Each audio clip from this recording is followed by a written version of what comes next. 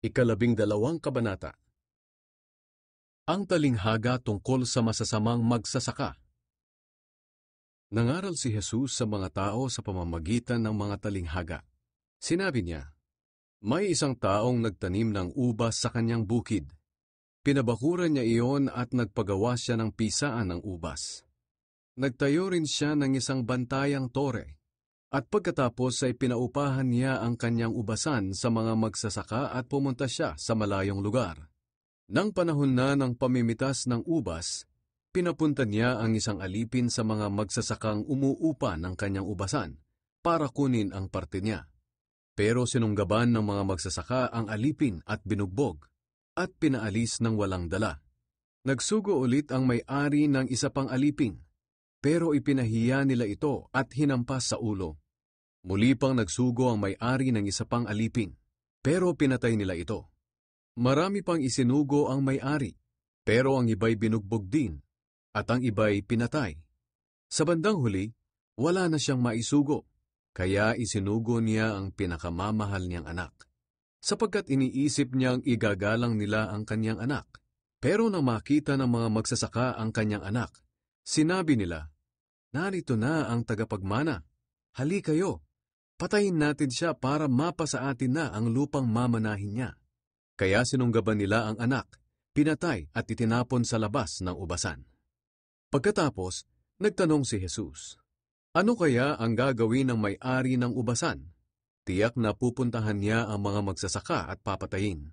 Pagkatapos, pauupahan niya sa iba ang kanyang ubasan. Hindi niyo ba nabasa ang talatang ito sa kasulatan? Ang batong tinanggihan ng mga tagapagtayo ng bahay ang siyang naging batong pundasyon. Gawa ito ng Panginoon at kahanga-hanga ito sa atin. Alam ng mga pinuno ng mga Hudyo na sila ang pinatatamaan ni Jesus sa talinghaga na iyon. Kaya gusto nilang dakpin si Jesus, pero natatakot sila sa mga tao. Kaya pinabayaan na lang nila si Jesus at umalis sila. Ang tanong tungkol sa pagbabayad ng buwis. Pinapunta ng mga pinuno ng mga Hudyo kay Jesus ang ilang Pariseyo at ilang tauhan ni Herodes upang subaybayan ang mga sinasabi niya para may maiparatang sila laban sa kanya. Kaya lumapit sila kay Jesus at nagtanong, Guro, alam po naming totoo ang mga sinasabi niyo at wala kayong pinapaboran sapagkat hindi kayo tumitingin sa katayuan ng tao, kundi kung ano ang katotohanan tungkol sa kalooban ng Diyos ang siyang itinuturo ninyo.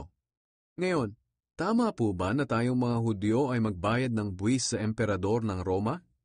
Dapat po ba tayong magbayad o hindi? Pero alam ni Jesus na nagkukunwari sila, kaya sinabi niya, bakit ninyo ako sinusubukang hulihin sa tanong na iyan? Magdala nga kayo rito ng pera at titingnan ko. Dinalhan nga nila ng pera si Jesus. Nagtanong si Jesus, kaninong mukha at pangalan ang nakaukit sa pera? Sumagot sila, sa emperador.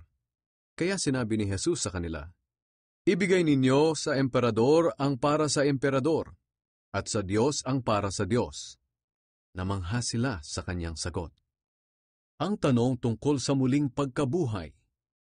May mga Saduseyo na lumapit kay Jesus at nagtanong, ang mga taong ito ay hindi naniniwala sa muling pagkabuhay. Sinabi nila, Guro, ayon po sa batas na isinulat ni Moises, kapag ang isang lalaki ay namatay na walang anak sa kanyang asawa, dapat ay pakasalan ng kapatid niyang lalaki ang naiwan niyang asawa para magkaanak sila para sa kanya. Ngayon, may 7 magkakapatid na lalaki. Nag-asawa ang panganay at namatay na walang anak.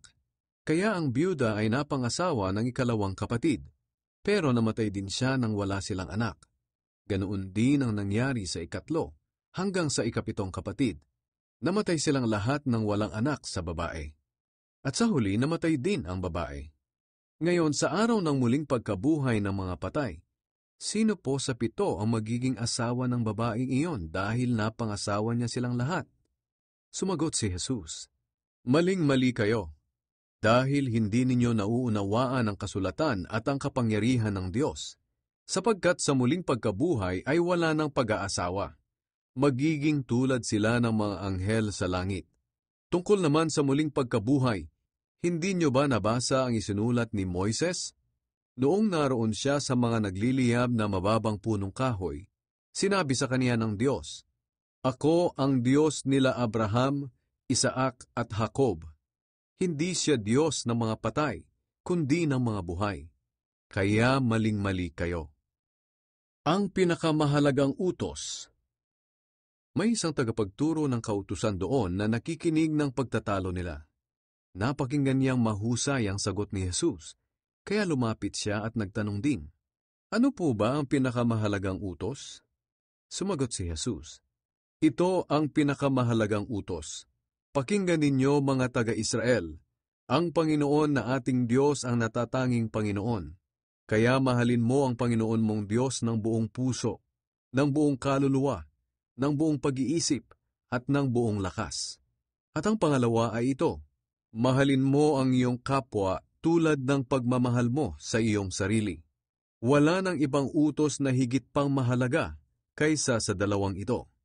Sinabi ng tagapagturo ng kautusan, "Tama po kayo, Guro. Totoo ang sinabi ninyo na iisa lang ang Diyos at wala nang iba. At kailangang mahalin siya ng buong puso, ng buong pag-iisip, at ng buong lakas. At kailangan ding mahalin ang kapwa tulad ng pagmamahal natin sa ating sarili. Higit na mahalaga ito kaysa sa lahat ng uri ng handog na sinusunog at iba pang mga handog." Nang marinig ni Jesus na may katuturan ng mga sagot nito, sinabi niya rito, "Malapit ka nang mapabilang sa kaharian ng Diyos." Mula noon, wala nang nangahas na magtanong kay Jesus. Ang tanong tungkol sa Kristo. Nang minsang nangangaral si Jesus sa templo, tinanong niya ang mga tao, "Bakit sinasabi ng mga tagapagturo ng kautusan na ang Kristo raw ay lahi lang ni David? Samantalang si David na mismo na pinatnubayan ng banal na espiritu ang nagsabing, 'Sinabi ng Panginoon sa aking Panginoon, maupo ka sa kanan ko hanggang sa mapasuko ko sa iyo ang iyong mga kaaway.' Ngayon, kung tinawag siya ni David na Panginoon, paano siyang naging lahi lang ni David?" Wiling-wili sa pakikinig ang mga tao kay Jesus. Babala laban sa mga tagapagturo ng kautusan. Sinabi pa ni Jesus sa kaniyang pagtuturo, "Mag-ingat kayo sa mga tagapagturo ng kautusan. Mahilig silang mamasyal na nakasuot ng espesyal na damit, at gustong-gusto nilang batiin sila at igalang sa mga mataong lugar. Mahilig silang maupo sa mga upuang pandangal sa mga sambahan at mga handaan. Dinadaya nila ang mga byuda para makuha ang mga ari-arian ng mga ito, at pinagtatakpan nila ang mga ginagawa nila sa pamamagitan ng mahabang pagdarasal. Ang mga taong ito'y tatanggap ng mas mabigat na parusa." Ang kaloob ng byuda. Umupo si Jesus malapit sa pinaglalagyan ng mga kaloob doon sa templo at pinagmamasdan ng mga taong naghuhulog ng pera. Maraming mayayamang naghulog ng malalaking halaga. May lumapit doon na isang mahirap na byuda at naghulog ng 2 pirasong barya. Tinawag ni Jesus ang mga tagasunod niya at sinabi, "Sinasabi ko sa inyo ang totoo. Mas malaki ang ibinigay ng byudang iyon kaysa sa lahat ng nagbigay, sapagkat silang lahat ay nagbigay lang ng sumobrang pera nila. Pero ang byuda ay nagbigay sa kabila ng kanyang kahirapan. Ibinigay niya ang lahat ng kanyang ikinabubuhay."